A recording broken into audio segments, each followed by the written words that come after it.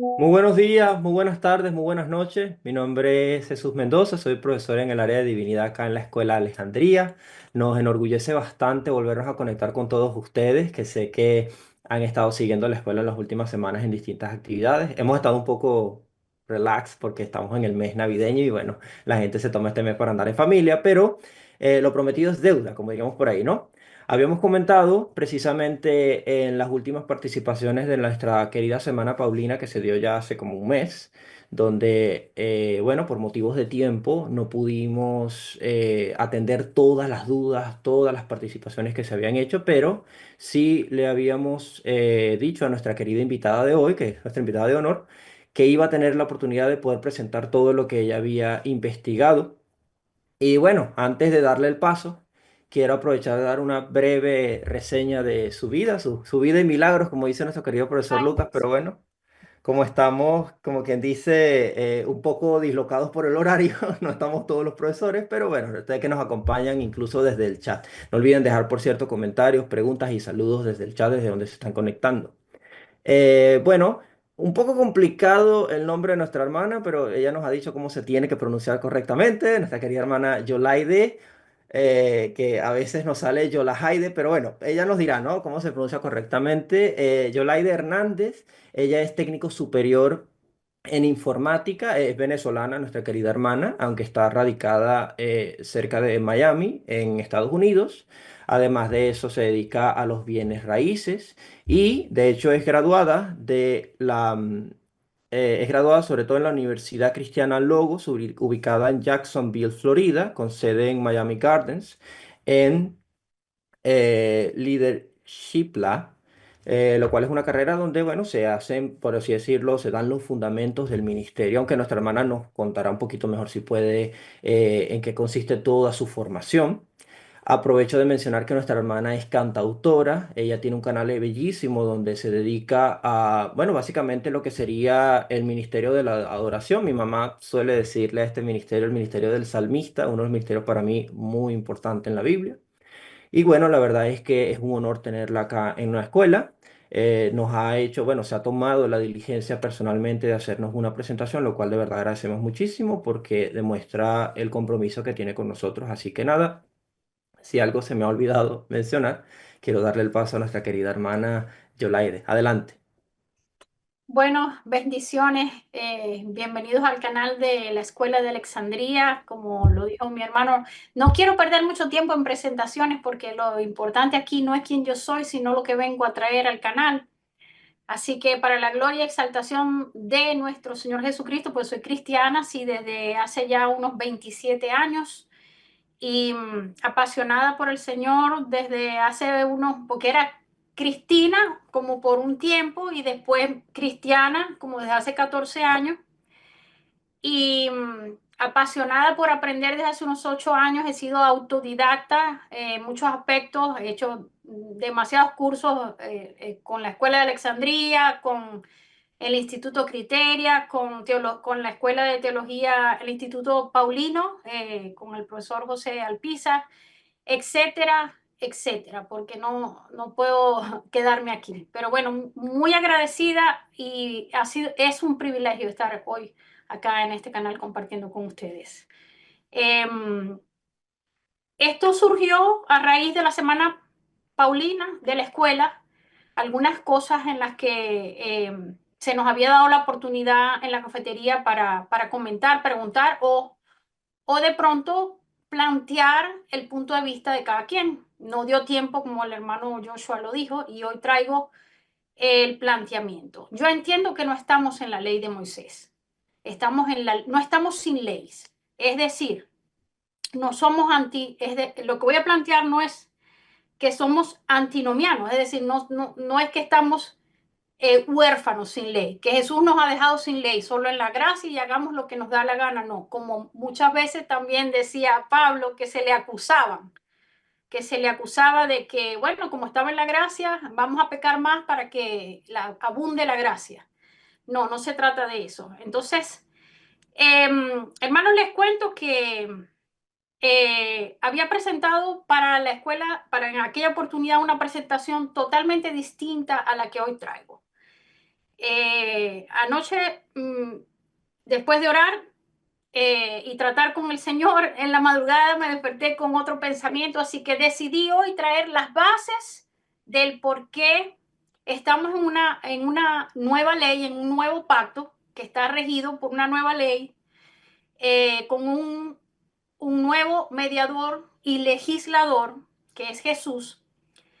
Y creo que es sumamente necesario y importante entender cómo funcionaba esta idea de pactos en esa antigua cultura o en el antiguo cercano oriente o medio oriente. Mientras no entendamos y mientras no tengamos las bases de lo que para ellos significaba hacer un pacto, creo que vamos a seguir resbalando o patinando en los conceptos y no vamos a entender y no nos vamos a querer desprender de la ley de Moisés. Entonces, hoy traigo, digamos, una base para que usted medite y sea como los cristianos de la iglesia de Berea. Y que después que yo le presente lo que voy a presentar, yo lo animo a que usted medite, estudie, investigue y esté o no de acuerdo, continúe pidiéndole al Señor que lo lleve a toda verdad.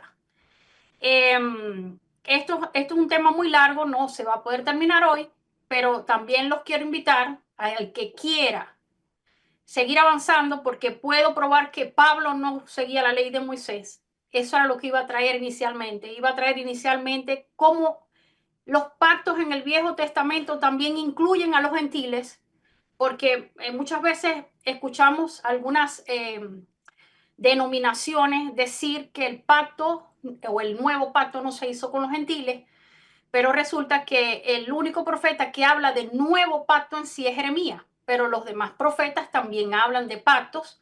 Unos se refieren a este pacto como el pacto de paz, el pacto eterno, y de otras maneras lo llaman, y aunque muy nubladamente tendrías que entender la simbología bíblica para ver dónde el Señor en realidad está incluyendo a los gentiles en este pacto que Jeremías lo menciona como nuevo pacto. Entonces, bueno, habiendo dado esta introducción, quisiera compartir la pantalla para que comencemos la presentación. Vamos a ver lo que significa un pacto real y un pacto de vasallaje.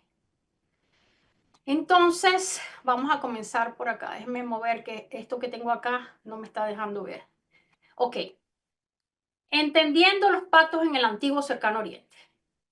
Estudiaremos el pacto de donación o concesión real y el pacto de vasallaje. El concepto el pacto de concesión real, en el concepto de antiguo cercano oriente, el pacto de concesión o donación real se refiere al tipo específico de tratado o acuerdo entre un rey o gobernante y un súbdito, que implicaba una relación de beneficio otorgado por el rey. Es decir, este concepto puede ayudarnos a entender algunos pactos bíblicos, ya que, que los acuerdos divinos a menudo reflejan las prácticas culturales de la época. Este pacto real es un pacto donde el rey, el gobernante, ofrecía por voluntad propia, por iniciativa propia, ofrecía tener una relación de pacto que no dependía de la otra parte, es decir, del individuo, ya sea en la concesión de tierras o de beneficios, de no pagar tributos, etcétera, etcétera, que no dependía de la fidelidad de la otra parte para que este pacto se cumpliera. Eso es un pacto real. Entonces, como lo dice acá en la diapositiva, iniciativa del rey. El pacto era iniciado unilateralmente por el gobernante, quien otorga un beneficio o un don como tierra, protección, privilegio o a un súbdito fiel como recompensa por su lealtad o servicio. Beneficio permanente. El don era irrevocable y no dependía de condiciones futuras. Una vez otorgado, el receptor podía disfrutar de los beneficios para siempre, aunque seguía siendo responsable de la lealtad al rey. Documentación formal. En los pactos solían Estos pactos solían ser registrados en documentos oficiales o inscripciones donde se describían las condiciones y las bendiciones otorgadas. A menudo incluían un lenguaje legal y ceremonial. Honor y reciprocidad. Aunque el don era incondicional, se esperaba que el receptor siguiera mostrando lealtad y gratitud al gobernante, no con una condición, no como una condición para que este pacto fuera efectivo, sino como un acto de honor y reciprocidad. Vamos a ver los ejemplos en la Biblia. Este modelo se ve reflejado en varios pactos entre Dios y los hombres, donde Dios actúa como el soberano y otorga beneficios y bendiciones sin requerir condiciones previas. Es decir, él de su voluntad, como lo hizo con Abraham, se acercó a Abraham, lo llamó, no porque Abraham fuera bueno, no porque Abraham tuviera obras de las que Dios pudiera decir, yo lo escogí porque él es un hombre recto, correcto, íntegro, lo que sea, Dios lo escoge soberanamente. Dios promete a Abraham en Génesis 12, 15 y 17 descendencia, tierra y bendiciones universales. Este pacto es incondicional y basado únicamente en la gracia divina, reflejando el modelo de donación real. Es aquí el primer ejemplo, bueno, no es el primero, pero es el que quiero traer a esta presentación porque tenemos otros pactos en la Biblia, como por ejemplo el pacto o promesa que se hace en Génesis 3:15, donde el Señor está hablando con la serpiente directamente y prometiendo que a través de la mujer vendría una simiente que pisaría la cabeza de la simiente de la serpiente. Tenemos el pacto también del arco iris, de la promesa de Dios de no volver a acabar o a inundar la tierra. Eso es un ejemplo de pacto real. ¿Por qué? Porque Dios no depende de la fidelidad del hombre, de Noé y de sus hijos, para cumplir esa promesa. Entonces, continuamos. Por ejemplo, el pacto con David.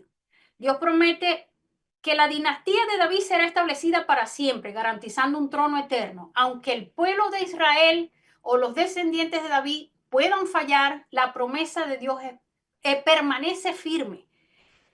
Tenemos en 2 de Samuel 7:14, por ejemplo, donde dice que Dios escogería a ese descendiente, que sería el que levantaría un templo, que incluso dice el Señor que no lo reprenderá como lo hizo con Samuel, sino que permanecerá su fidelidad con la descendencia de David. Es decir, este pacto de Dios con David no depende del ser humano, porque Dios lo cumplió hasta que llegó la simiente de David, que es Jesús.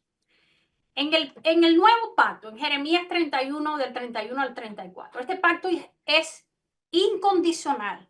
Garantiza la relación entre Dios y su pueblo con la promesa de un perdón pleno y la transformación de los corazones. ¿Cuáles son las diferencias entre estos pactos?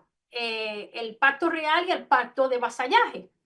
En el pacto de vasallaje implica condiciones específicas impuestas por un gobernante, al que también se le llama suzerano al súbdito. Es decir, este suzerano es el rey o el gobernante, el que manda, y el súbdito, que puede ser el pueblo o un individuo.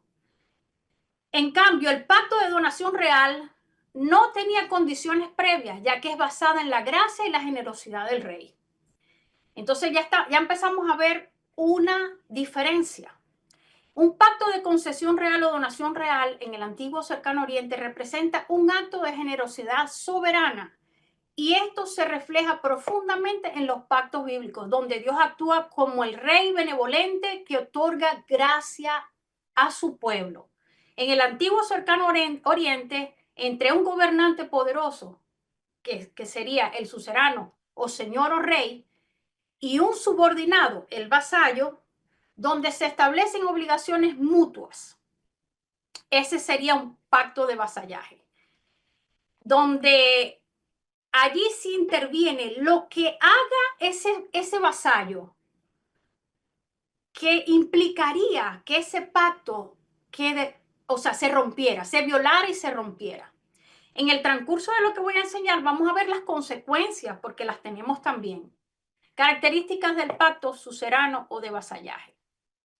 Déjenme mover acá este momentito. Partes involucradas. Suzerano, señor, rey poderoso, gobernante que tiene autoridad sobre un territorio, un grupo o un grupo más débil. Vasallo. Un rey menor puede ser líder o pueblo que se somete a la autoridad del suzerano a cambio de protección o beneficios. ¿Cuál es la estructura de estos pactos? Es aquí donde nosotros tenemos que empezar a ver cómo trabajaba esto, porque no es en el 2021, en nuestra época, que nosotros vamos a entender el concepto de pacto. Entonces, la estructura de un pacto tenía un prólogo histórico.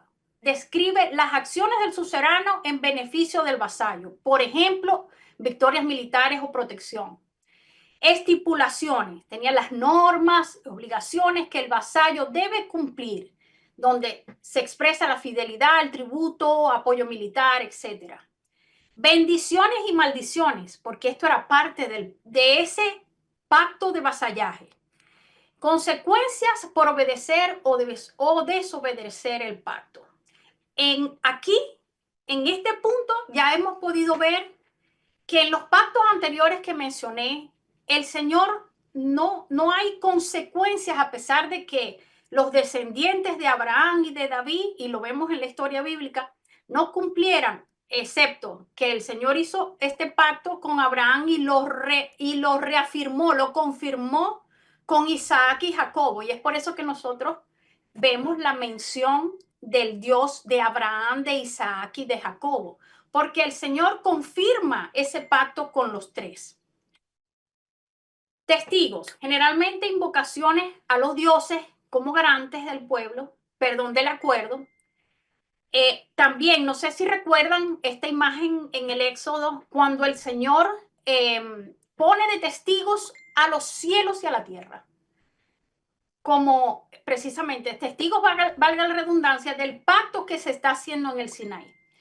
El ritual, que a menudo se incluía ceremonias simbólicas para sellar el pacto como sacrificio. La sangre tenía que estar involucrada en esto.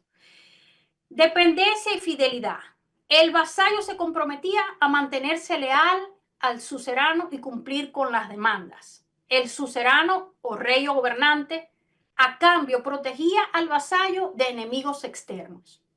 Así se regían los pactos en el antiguo cercano oriente. Este era el formato que en todas esas regiones y naciones se utilizaba para sellar un acuerdo de pacto entre reyes, gobernantes, líderes y aquellos que vendrían a ser la otra parte, que se sometía a lo que el rey estaba proponiendo como pacto. Pactos de vasallaje y los sacrificios de animales. En los pactos de vasallaje del antiguo cercano oriente era común que el acuerdo se sellara con un rito simbólico. Una de las prácticas más conocidas consistiría en sacrificios de animales. Los animales eran cortados por la mitad. Y es allí donde nos lleva hasta el Génesis nuevamente, ¿no? Vemos que el Señor le da mandamiento, y lo vamos a ver más adelante, le da un mandamiento a Abraham para que corte unos animales. Y no quiero adelantarme, pero solo los medios lo estoy mencionando muy superficialmente. Entonces, era común que el acuerdo se sellara con un rito simbólico entre las partes. Ok, eso ya lo había leído, perdón. Sacrificio de animales. Los animales eran cortados por la mitad y colocados en dos filas, formando un corredor, o sea, un camino por donde se iba a pasar. Paso entre los animales. Ambas partes del pacto caminaban entre las mitades de los animales. Este acto simbolizaba el juramento. Solemne. Si alguna de las partes rompía el pacto, que le sucediera lo mismo a lo que le sucedió a los animales. No sé qué escribí aquí, pero lo que quiere decir es que lo mismo que pasó con los animales, es decir, ese corte de animales es lo que pasaría con aquel que rompiera el pacto. Entonces, las condiciones de este pacto implican que al violar el pacto no existe tal cosa como renovación. Lo único que se podía cumplir en el caso de violación era la muerte, el desmembramiento.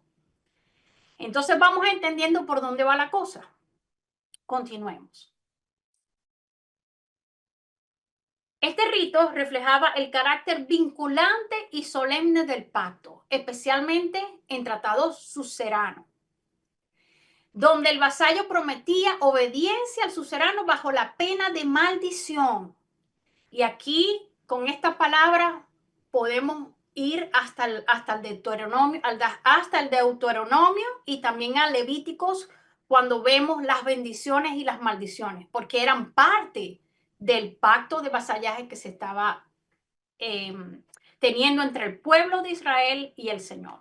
Entonces aquí tenemos el pacto de Dios con Abraham. Vamos a entender desde aquí, porque quiero tocar el pacto de Abraham y el pacto del Sinaí, porque son los dos pactos que se mencionan en el Nuevo Testamento, cumpliéndose no solamente en aquellos que tenían una circuncisión como señal externa, sino que también procede de alguna manera de la justificación que Abraham tuvo por fe.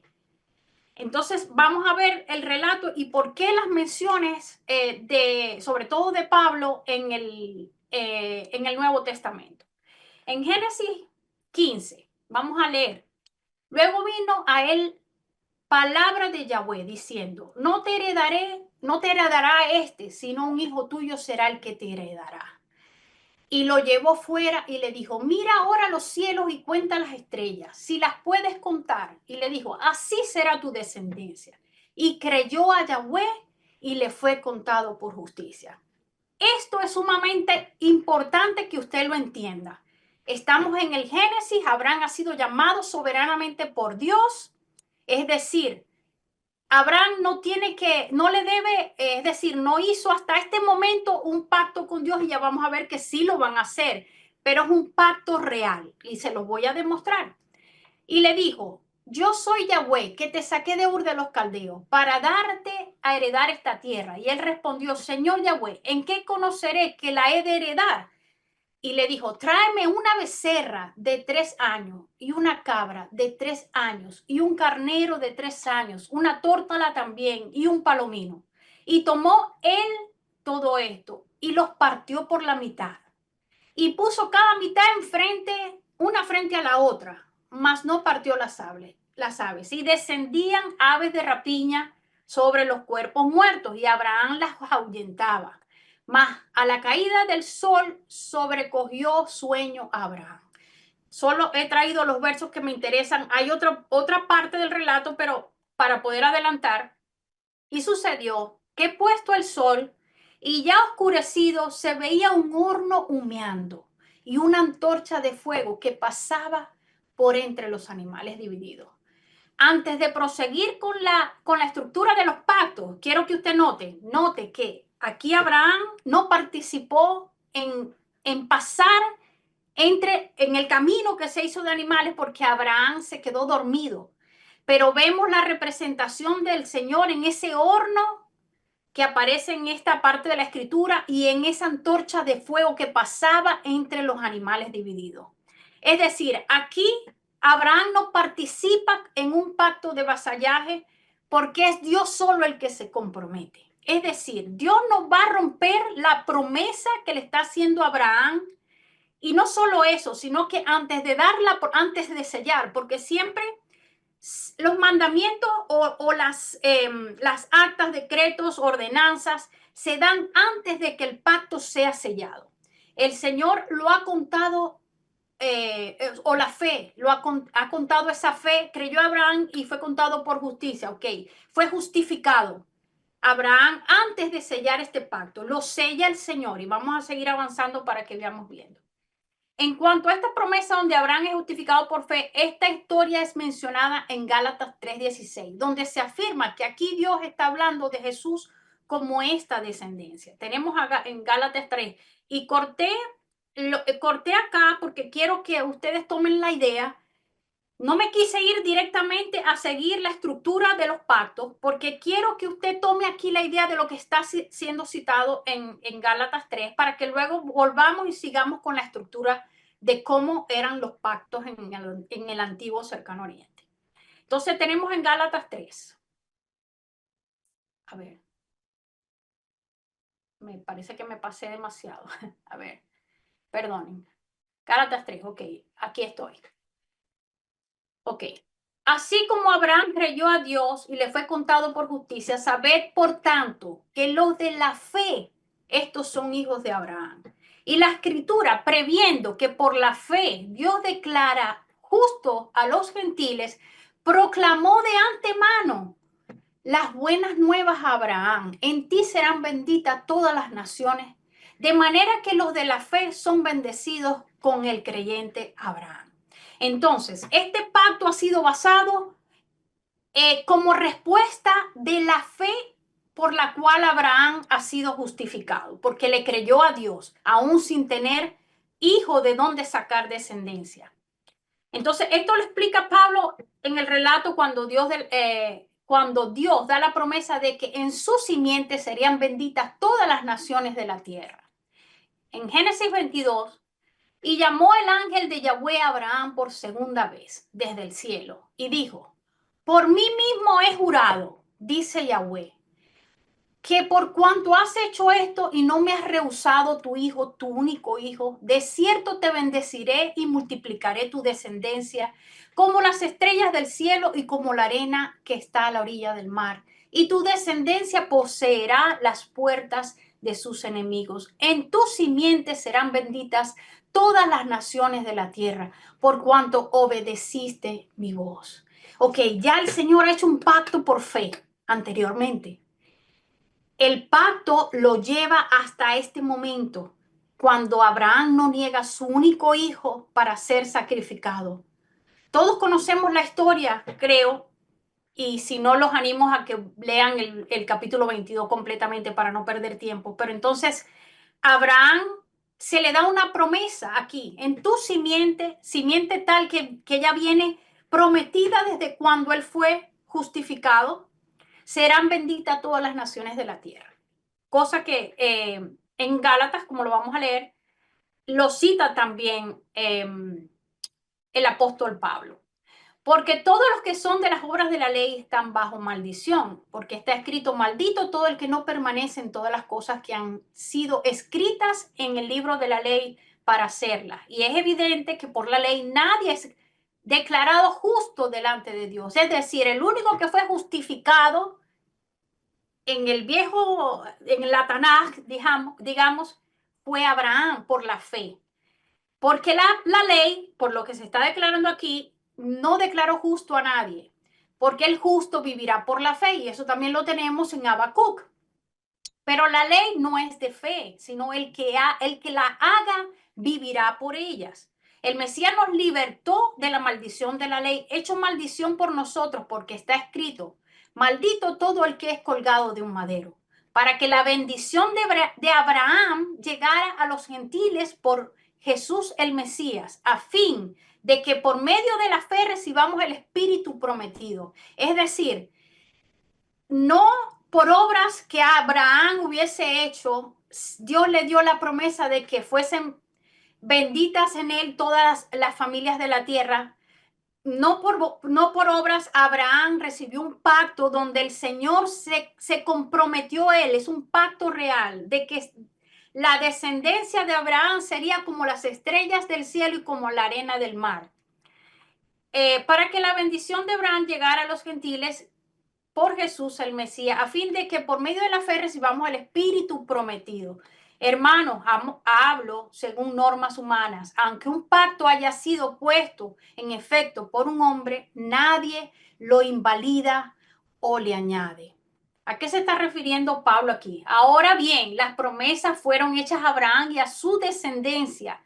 No dice y a sus descendencia. Cuando estaba copiando esto, aún el mismo corrector de Word me quería corregir que no podía poner allí a sus descendencias, sino tenía que ser descendencia en singular, no en esta parte, pero en otra. Como de muchas, sino como de una. Y a tu descendencia, la cual es el Mesías. Y esto digo, la ley creada 430 años después, es aquí, hermanos, que yo veo que la gente tiene mucha confusión en esta declaración que Pablo está haciendo aquí. Pablo está afirmando que la ley que se creó después, 430 años, no estaba invalidando la promesa que Dios le dio a Abraham por fe. La promesa y el pacto que Dios selló, que lo selló él sin que Abraham participara, fue una consecuencia de la fe de Abraham, no de las obras de Abraham. Y aun cuando da la promesa de que en la simiente, cuya simiente es Cristo, serán bendecidas todas las familias de la tierra, ya Abraham tiene un pacto con Dios. Es decir, esa obra de Abraham no fue la que lo llevó a que la promesa de la descendencia se le diera a Abraham. Y eso es lo que quisiera que ustedes tengan en cuenta. Entonces, ¿qué es lo que está diciendo Pablo aquí? Que la ley no puede invalidar la promesa que se le dio a Abraham. Porque la ley, aunque es un pacto de vasallaje, que tiene condiciones de bendiciones y maldiciones, y lo vamos a ver más adelante, no es así el pacto que hizo Dios con Abraham, donde se comprometió él, sin que Abraham tuviera que participar para que Dios fuera firme en cumplir la promesa que le dio. Tenemos en Génesis 15, del 9 al 21, Dios hace un pacto con Abraham, pero este se diferencia de un pacto de vasallaje en un detalle crucial. Vamos a ver, preparación del sacrificio. Dios instruye a Abraham a traer ciertos animales, una becerra, una cabra, carnero, una tórtola, un pichón, y cortarlos por la mitad, colocándolos en fila. Este acto alude a las costumbres de los pactos pactos de concesión real. Dios pasa entre los animales. En lugar de que ambas partes pasen entre los animales, solo Dios, representado por un horno humeante y una antorcha encendida, pasa entre las mitades. Génesis 15, 17, como lo leímos. Este acto simboliza que Dios asume toda la responsabilidad del pacto, mientras que Abraham no tiene que pasar entre los animales. ¿Por qué el pacto de Abraham no es un pacto? ¿Por qué no es un pacto de vasallaje? Asimetría del pacto, vamos a verlo. En un pacto de vasallaje, ambas partes tienen la responsabilidad, tienen responsabilidades, pero en este caso el pacto es unilateral. Dios toma sobre sí toda la responsabilidad, comprometiéndose a cumplir las promesas dadas a Abraham, descendencia, tierra y bendición. El papel de Abraham. Abraham no pasa entre los animales, ni asume un juramento condicional. Esto refuerza que el pacto no depende de la fidelidad de Abraham, sino únicamente de la gracia soberana de Dios. Aquí. Perdón.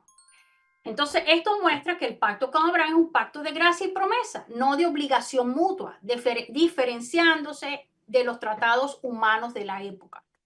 Entonces, vamos a ver los ejemplos bíblicos con respecto al pacto de vasallaje. En la Biblia, los pactos entre Dios y su pueblo tienen características similares a los pactos de vasallaje o suzeranos, o pactos que están dependiendo, que son bilaterales, dependen no solamente del rey, sino también del vasallo. El pacto mosaico, que lo tenemos, no coloqué todos los versos, obviamente ustedes pueden leerlo y estudiar con los versos que les he dejado en pantalla. Lo tenemos en Éxodo 19, del 19 al 24. Este pacto refleja la estructura de un pacto de vasallaje. Y vamos a verlo. Tenemos el prólogo histórico. Dios recuerda cómo liberó a Israel de Egipto. Esto lo tenemos en Éxodo 18, del 4 al 6. Estipulaciones, los 10 mandamientos y otras leyes. Lo tenemos en Éxodo del 20 al 23. Bendiciones y maldiciones descritas en el libro de Deuteronomio y también en Levítico, sellado con el sacrificio de animales y el derramamiento de la sangre con la que rocía el altar y el pueblo. En el pacto con Israel en Deuteronomio, el pacto demuestra la confirmación del pacto anterior con algunas leyes añadidas por razón de la entrega. Ya va, quiero aclarar aquí. El Señor les da un pacto. Recordemos la figura, la historia de que Israel se levantó un becerro y Moisés rompe las tablas, el Señor, él sube, mejor dicho, Moisés sube otra vez al monte, el Señor le vuelve a dar unas tablas, pero en esta ocasión, este pacto que se renueva es un pacto de confirmación, es decir, no hay derramamiento de sangre como para decir que es un pacto diferente. Continuamos en el mismo pacto que por primera vez se le entrega y que es roto con la expresión de Moisés tirando las tablas. Entonces tenemos que esto es una confirmación o renovación del pacto que ya se había hecho. Ya he explicado por qué es una confirmación. Tenemos una promesa de nuevo pacto. Vamos a comenzar a hablar de esto. Tenemos en Jeremías 31 del 27 al 34. ¿Y por qué del 27 al 34? Porque yo creo que si usted no entiende lo que está pasando aquí, no va, si lo toma desde lo que cita normalmente todo el mundo, no va a entender desde dónde empieza esto. He aquí vienen días, dice Yahweh, en que sembraré la casa de Israel y la casa de Judá con simiente de hombres y con simiente de bestias. Por eso es que yo rectifico o ratifico aquí que es muy importante que entendamos el idioma simbólico de la Biblia. Cuando usted lee aquí simiente de hombres y simiente de bestias, usted no va a entender de qué está hablando el Señor si usted no sabe que el Señor ha hablado de bestias como reinos y como reyes también. Entonces, aquí está diciendo el Señor muy veladamente que no solamente el Señor va a trabajar en Judá y en Israel, sino que van a ser añadidos aquellos que incluso en muchas ocasiones se les menciona en la Biblia como perros. Y sucederá que, esto no lo puedo ampliar mucho en este pacto, porque aquí se ve, usted de pronto no va a estar de acuerdo conmigo en esto que yo estoy explicando hoy. Esto está mucho más claro en otros profetas, pero esos profetas no los puedo tomar hoy, no los puedo tocar hoy para demostrar que los gentiles estaban en los pactos mencionados en la Biblia. Entonces, y sucederá que de la manera que yo velaba sobre ellos para arrancar, dispersar, derribar, destruir y afligir, así velaré sobre ellos para edificar y para plantar, dice Yahweh. En aquellos días no dirán más, los padres comieron las uvas agrias y los dientes de los hijos tienen la dentera. Yo creo, hermanos, que ustedes tienen que prestar atención a estas palabras, porque si usted arranca más adelante, usted no va a entender que aquí el Señor está ofreciendo y está hablando de la ley de Moisés que entregó en el Sinaí. La ley de Moisés decía que pagarían por el pecado hasta la tercera y cuarta generación. Ahora el Señor está trayendo un nuevo pacto, pero ya empieza a hablar cómo va a ser ese pacto. Dice, los padres comieron las uvas agria y esto es lo que decían ellos, ¿no? Y los dientes de los hijos tienen la dentera. Vamos a seguir leyendo.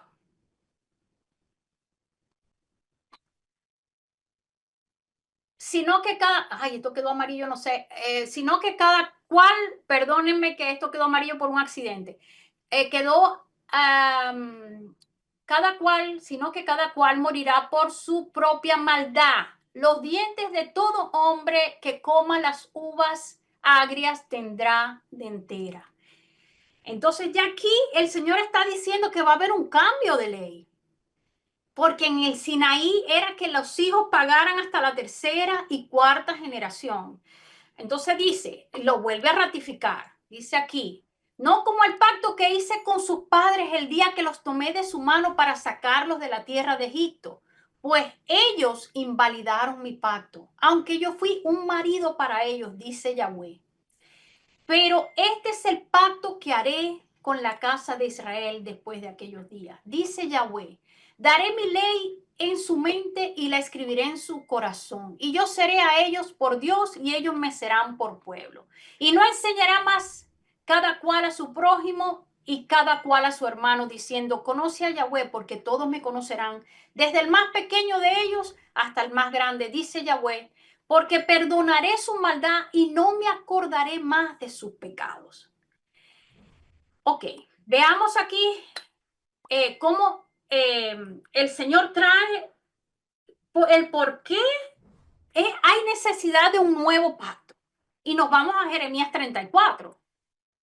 Déjenme mover algo que me estorba aquí en la pantalla. Oh, se me hizo esto grandísimo, perdón, un momentito. Ok. Y entregaré, ok, Jeremías 34, 18, 20. Y entregaré a los hombres que traspasaron mi pacto, que no cumplieron con las palabras del pacto. Ya vimos que viene hablando desde el capítulo. La Biblia no se divide en capítulos, a veces nos hace daño, porque en el capítulo 33 se está dejando claro que, a ver, que el pacto no iba a ser como el pacto de los padres, el que había entregado en el Sinaí.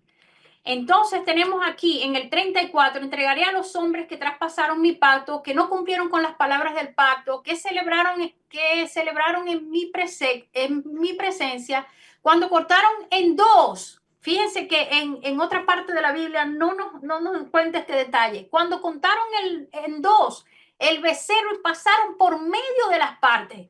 Y los principales de Judá y los principales de Jerusalén, y a los eunucos y a los sacerdotes y a todo el pueblo de la tierra, los cuales pasaron entre las partes del becerro.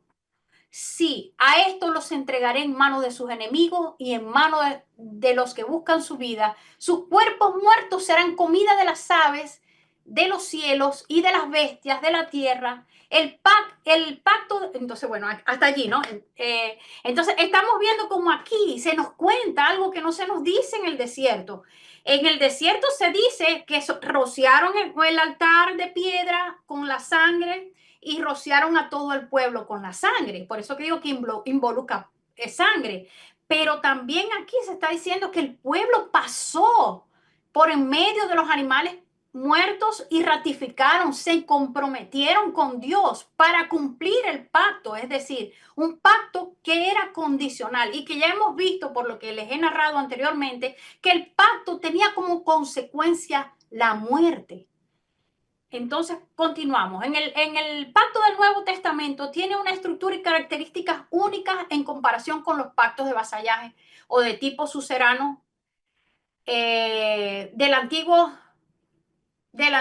cercano o del antiguo cercano oriente. Y a continuación se describe el pacto nuevo siguiendo una estructura similar, pero adaptada al contexto del pacto de Cristo establece que el pacto que Cristo establece con su pueblo. Aquí estamos hablando, recuerden que el pacto suzerano es donde no interviene el hombre, es decir, es Dios comprometiéndose a hacer algo que no puede ser abolido y no caducará por los siglos de los siglos. Es Dios, Él dando el pacto voluntariamente. A través de Jesús lo podemos ver, estructura del nuevo pacto como pacto distinto y superior. Entonces, empiezo a relatar las diferencias. Jesús sube a un monte como Moisés. Al igual que Moisés subió al monte del Sinaí para recibir las leyes y sellar el pacto del Sinaí, Jesús también sube a un monte, pero en este caso no para recibir leyes que solo aplican al pueblo de Israel, sino para enseñar un nuevo enfoque y un nuevo conjunto de principios que transforman completamente la naturaleza del pacto. En Mateo 5:1, viendo a la multitud, subió al monte y después de sentarse, se acercaron sus discípulos y les enseñó diciendo. Ahora vamos a ver todo eso más adelante. Distinción entre los dos pactos. El pacto del Sinaí, sellado mediante sacrificios de animales y con leyes escritas en piedra, fue quebrantado por el pueblo de Israel, lo que llevó a maldiciones como resultado de su desobediencia. El contraste, en contraste, el nuevo pacto es inquebrantable porque está fundamentado en un sacrificio perfecto, no de animales, sino de Cristo mismo, y en leyes que superan los mandamientos del Sinaí. En 2 de Corintios 3:6, el cual también nos hizo ministros competentes de un nuevo pacto, no de la letra, y es aquí donde yo creo que la gente no ha comprendido el contexto de lo que Pablo quiere decir aquí, y Pablo viene hablando de la ley de Moisés, y él dice aquí, no de la letra, comparando la ley de Moisés, sino del espíritu, que sería la ley de Jesús. Porque la letra mata. ¿Por qué mata la letra? Porque tienes que cumplirla y vivir por ella. El que no la cumple muere, y vemos cómo trabajan los pactos de vasallaje en el antiguo cercano oriente. Entonces dice, pero el Espíritu vivifica. Y eso es lo que hace el Espíritu Santo, que es el sello en las garantías en esta nueva ley del Mesías. El nuevo pacto legisla a través de un nuevo mediador y único legislador. Moisés fue el mediador en el pacto del Sinaí, pero Jesús es el nuevo mediador del nuevo pacto del Monte de los Olivos, estableciendo nuevas leyes. En la estructura del nuevo pacto como pacto de concesión real.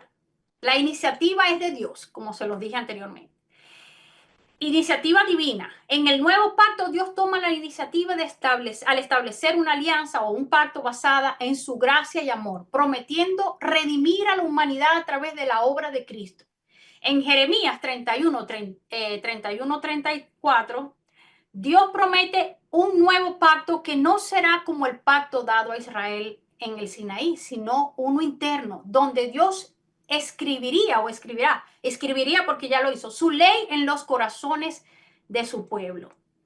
Sacrificio solemne. Al igual que en los pactos reales antiguos, el nuevo pacto es sellado mediante un sacrificio. Sin embargo, en este caso el sacrificio no es de animales, sino el sacrificio de Cristo en la cruz. En Mateo 26-28 Jesús establece un nuevo pacto con su sangre diciendo, porque esto es mi sangre del nuevo pacto, que por muchos es derramada para remisión de los pecados. Entonces vamos entendiendo por qué la necesidad de sellar un nuevo pacto con nuevas leyes, con la sangre esta vez no de animales, sino del mismo Cristo, quien eternamente es mediador y legislador y el que nos da perdón y redención de pecados a través de su sacrificio en la cruz. El sacrificio de Cristo como nuevo y definitivo. Dice, rociado de la sangre, similar a los pactos antiguos. Un momentito. Esto me está estorbando. Similar a los pactos antiguos, en el nuevo pacto la sangre de Cristo es el vínculo que une a Dios y a la humanidad, eliminando el pecado y restaurando la relación entre Dios y los hombres. En este caso, la sangre no se rocía directamente sobre las personas, sino que simboliza la purificación de los corazones. Es decir, ese nuevo nacimiento que tiene la persona al creer en el Mesías prometido al pueblo judío. Hebreos 9:19 dice, porque cuando Moisés predicó cada mandamiento a todo el pueblo, tomó la sangre de los becerros y de los machos cabríos con agua, lana teñida de carmesí e hisopo, y roció el libro y todo el pueblo.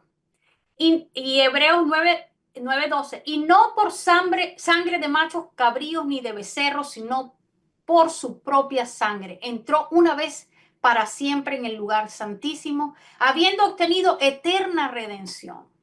Tenemos en Hebreos 9:22, y casi todo es purificado según la ley con sangre, y sin derramamiento de sangre no se hace remisión o perdón de pecados. El nuevo pacto del Mesías es inquebrantable, basado en el sacrificio perfecto de Cristo. El nuevo pacto no puede ser roto por el incumplimiento humano. Dios permanece fiel.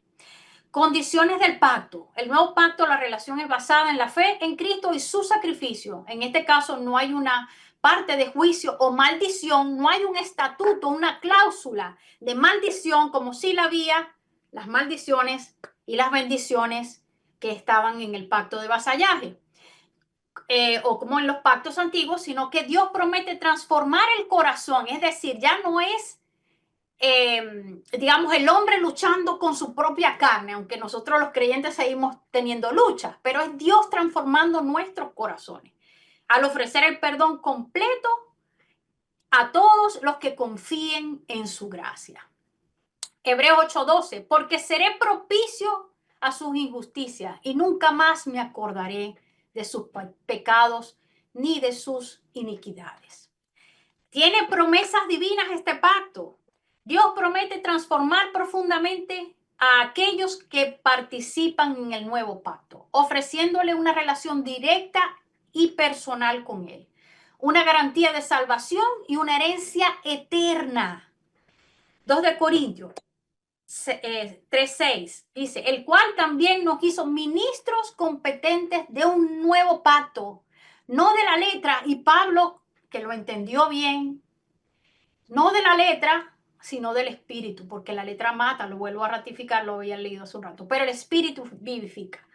La inmutable soberanía divina, que es parte de este pacto. A diferencia de los pactos antiguos, donde ambas partes debían cumplir ciertas obligaciones, el nuevo pacto es un pacto divino incondicional basado únicamente en la fidelidad y soberanía de Dios a través de Jesús. Es decir, ahora el único medio es Jesucristo.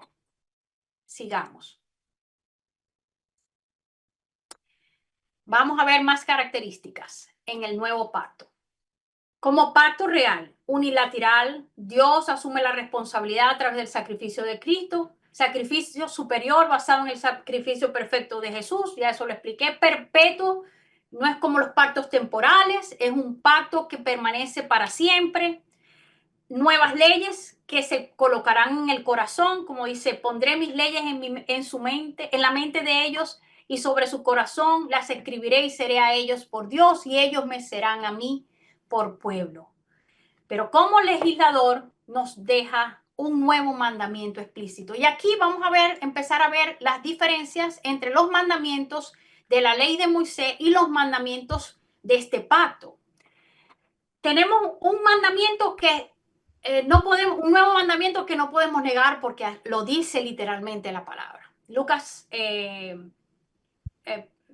Mana, Lucas, no, parece que no coloqué el capítulo. Está en Lucas, un mandamiento nuevo os doy, que os améis unos a otros como os he amado, que también os améis unos a otros, eh, a ver, sí, como os he amado, que también os améis unos a otros. En esto conocerán todos que sois mis discípulos, si os tenéis amor unos a otros. A diferencia del mandamiento que también estaba en la ley de Moisés, que decía que amáramos a nuestro prójimo como a nosotros mismos. Pero este mandamiento que Dios nos ha dejado es superior, porque Dios nos amó con un amor sacrificial, un amor que entregó su vida. ¿Estarías tú dispuesto a amar de la manera que Dios nos ha amado, entregando a su Hijo para la propiciación de nuestros pecados?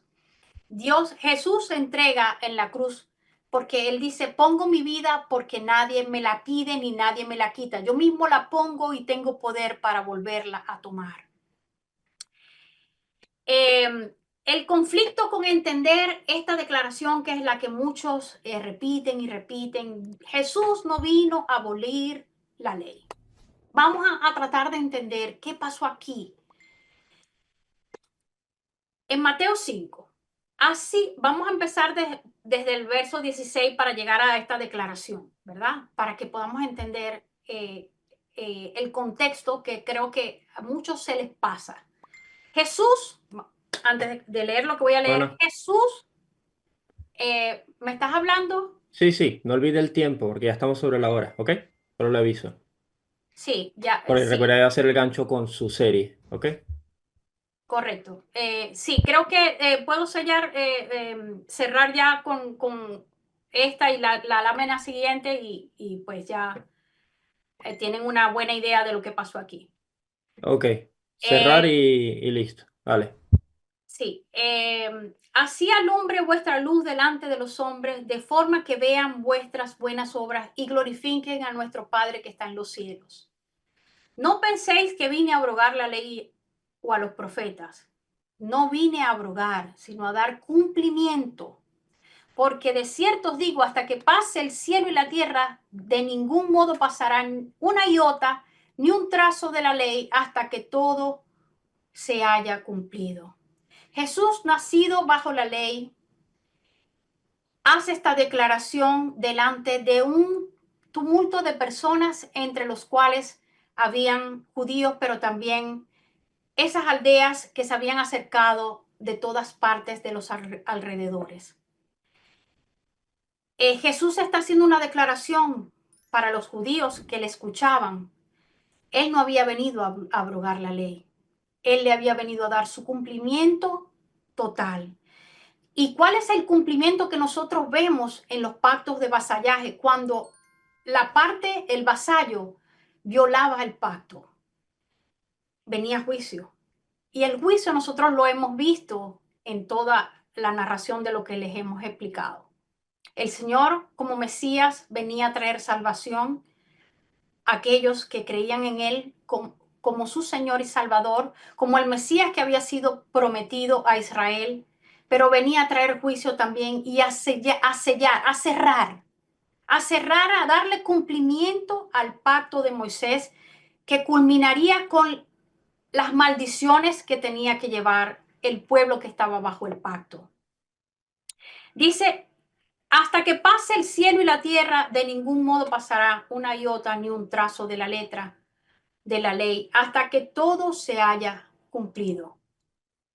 Veamos, por lo tanto, el que suprima uno de estos mandamientos más pequeños y así enseñe a los hombres, muy pequeño será llamado en el reino de los cielos, pero cualquiera que los practique y enseñe, este será llamado grande en el reino de los cielos. Porque os digo que si vuestra justicia no es mayor a la de los escribas y fariseos, de ningún modo entraréis en el reino de los cielos.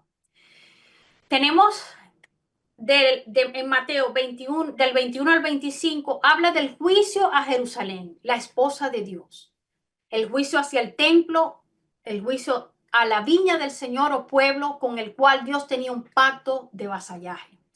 En el testimonio flaviano tenemos esta declaración, o esta escritura. Dice, la distribución del tabernáculo resultaba ser también una imitación del universo. En efecto, el sector tercero de él, el que estaba situado por la parte de dentro de las 4 columnas y al que no podían acceder los sacerdotes, constituía una especie de cielo reservado para Dios, mientras que el sector de los 20 codos podían entrar solo los sacerdotes.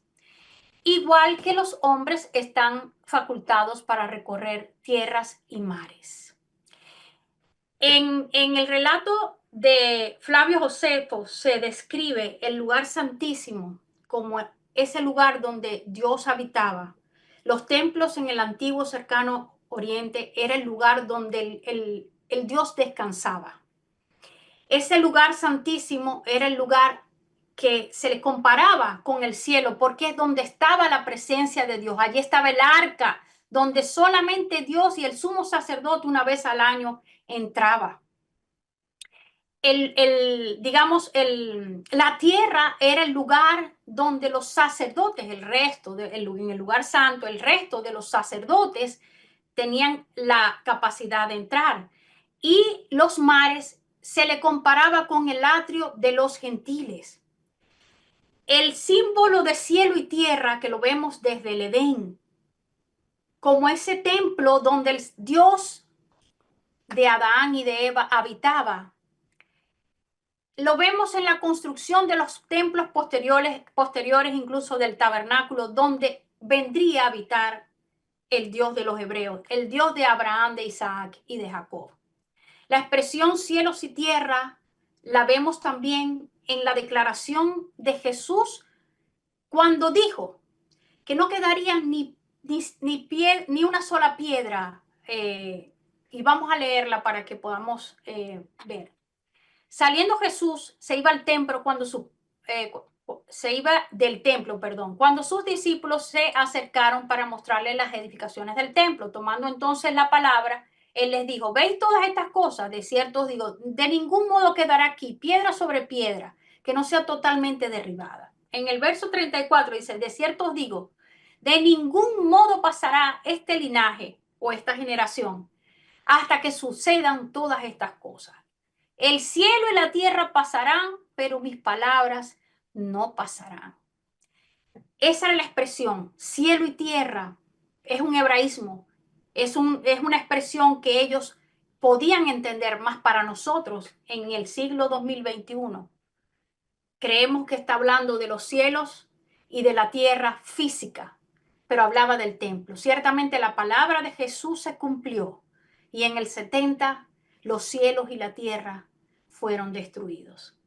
Y así cesó el pacto de Moisés, acarreando las maldiciones que, valga la redundancia, acarrearía el romper el pacto de Moisés.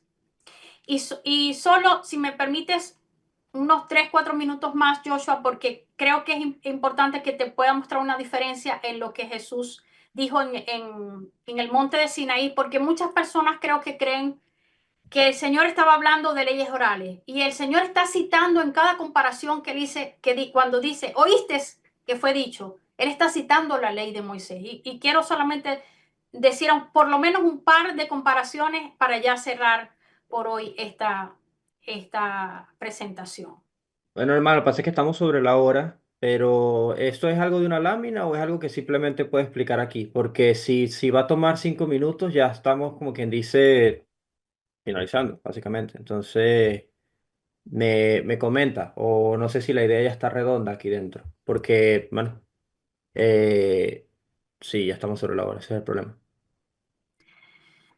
Bueno, yo simplemente voy a colocar la lámina mientras me despido. Los nuevos mandamientos implícitos de Jesús, aunque no los menciona como nuevos, Él pide una sola obra y eso lo tenemos en Juan 6:29. Dice, la única obra exigida en este pacto es el creer en Jesús, como lo menciona Juan. Y les dejo aquí estas láminas para que las puedan analizar. Tenemos las declaraciones de Jesús como no matarás y cualquiera que mate quedará impuesto al juicio. Tenemos lo que era en la ley de Moisés, esta declaración de no matar y las consecuencias que traía y lo que Jesús, cómo Jesús cambia la ley. Porque no es una interpretación de la ley. Jesús no está interpretando. Jesús está cambiando la ley. Porque como lo ven en pantalla, estos eran los mandamientos que implicaban no matar. Voy a pasar un par de láminas para que queden en el video, no las voy a explicar. Ahí están las diferencias. Oíste que fue dicho, no adulterás, ahí están los mandamientos, pero Jesús dice, y están los mandamientos que trae la ley de Jesús. Oíste que fue dicho que cualquiera podía repudiar a la mujer, ahí están los mandamientos eh, de Jesús. Oíste que los demás fue dicho en los antiguos, no perjurarás, ahí están los mandamientos de la ley y está cómo Jesús cambia la ley como legislador. Oíste que fue dicho, amarás a tu prójimo y aborrecerás a tu enemigo. Tenemos lo que dice la ley en el viejo pacto y tenemos lo que dice la ley en el nuevo pacto. Así que ahí les quedan las láminas, usted páuselas, léalas y eso sería todo. Esas son mis redes sociales para que la puedan seguir y ya dejo de compartir pantalla. Esto fue un placer para mí. No, no, excelente, excelente. Es que es bastante información y condensarla ve que se cuesta, se nota que cuesta, pero está súper interesante. Bueno, creo que lo obvio, lo correspondiente es que por favor, los que quieran continuar la serie de la hermana, ella va a abrir una serie de este tema en su canal, entonces ella va a dejar la invitación abierta. Lo que pasa es que precisamente el tema completo siempre hay que dejar, lo que pasa es que quizá no por experiencia, pero a veces pasa que hay que dejar que la gente quede con hambre, porque entonces se animan Claro. a continuar viendo la historia. Ese es precisamente por eso soy tan quisquilloso con el tiempo. Pero estuvo muy buena, me gustó la presentación. Y no, sobre todo, la serie quiero comenzarla explicando cómo los gentiles sí están en los otros profetas mencionados más explícitamente. Y con respecto al pacto, ¿no? Con respecto al pacto. Y lo otro que Claro, quiero demostrar es que Pablo sí entendió. Pablo era letrado, Pablo no era un pescador. Pablo sí entendió de qué se trataba y cómo se constituía el nuevo pacto y que tenía que traer nuevas leyes y que aquel pacto tenía como pago las maldiciones que se cumplieron en el 70. Como dijo Jesús, no pasará el cielo y la tierra, pero mis palabras no pasarán. Y eso se cumple. claro, Entonces, claro. sí, yo los invito, yo apenas pueda, yo te dejo saber si me ayudas y regar la voz cuando yo tenga los otros temas preparados. Bueno, ya yo los Sí, tengo una... preparados, pero Claro, no, no, empieza una a cosa material. que creo que es importante es que usted sí puede volver a compartir la última lámina para que la gente vea bien cuál es el nombre del canal. De esa manera entonces la gente queda citada con que si quieren continuar esta serie de la hermana la pueden continuar allá. La hermana ha sido alumna mía en varios cursos de la escuela, también ha estado participando en las actividades de los distintos profesores. A nosotros, de hecho, la hermana es miembro del Ágora de la escuela, donde por cierto es de las más puntuales en ver las lecturas de mitos que hacemos todos los lunes. Por cuestiones de tiempo y de viaje, este lunes que viene no voy a hacer ninguna lectura, la vamos a hacer el jueves, pero de todas maneras ella participa del Ágora, así que agradecer pues que nada, que ha sido muy didáctica la presentación, la verdad que ha estado muy buena, de hecho yo he podido leerlo todo, yo no he tenido problema para ver, pero sí es verdad que es mucha información, entonces vamos a dejar la invitación abierta. Quiero, por favor, a los que están viendo el video que se suscriban al canal de la hermana, denle me gusta y nada, ella estará avisando en qué momento empieza la serie. Yo también voy a estar pendiente de ver si puedo hacer el seguimiento. Lo que pasa es que el horario, generalmente el horario que la hermana toma me queda muy tarde a mí, pero bueno, Sí, yo lo sí. veo en diferido, no Pero pasa bueno, nada. lo puedo tratar de programar para un sábado también más temprano. Excelente, Como propuesta para lo que va a haber en la serie es Pablo, el judaísmo de Pablo no era el de seguir la ley de Moisés. Y ya tengo todo para probarlo. excelente, excelente. Pablo entendió lo que era estar en un nuevo pacto, con una nueva ley basada en la promesa de Abraham. No se olviden, y si no, ve este video 4 o 5 veces hasta que usted lo entienda, por favor. Y no se olvide de darle me gusta para que apoye el canal de los hermanos.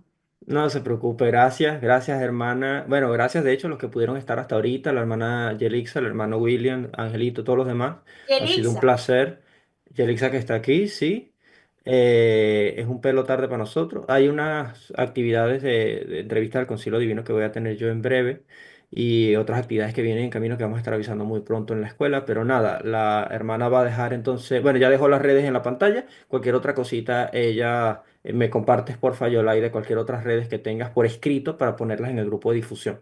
En caso de, y por favor, los que vayan a participar del Ágora, vean el video tutorial del Ágora y los que vayan a participar del grupo de difusión, pidan el link que nosotros con mucho gusto se lo facilitamos. Nada, ha sido un placer. Creo que hemos cerrado de alguna manera con broche de oro también las actividades de la escuela y de la Semana Paulina finalmente, porque esto lo habíamos dejado en el finalmente. aire. Y nada, ha sido un placer. Gracias, hermana, de verdad. Muchas gracias por tomarte el tiempo de mostrarnos esta presentación y estamos en contacto entonces. Bueno, el Señor les bendiga grandemente. Gracias. Que tengan un feliz fin de Gracias. semana. Amén, amén. Igualmente, buen fin de semana. Hasta Adiós. luego. Gracias por llegar al final de este video que transmitimos desde la sala Zoom en streaming live simultáneamente por la página de Facebook y nuestro canal de YouTube. A todos, gracias por su asistencia y participación.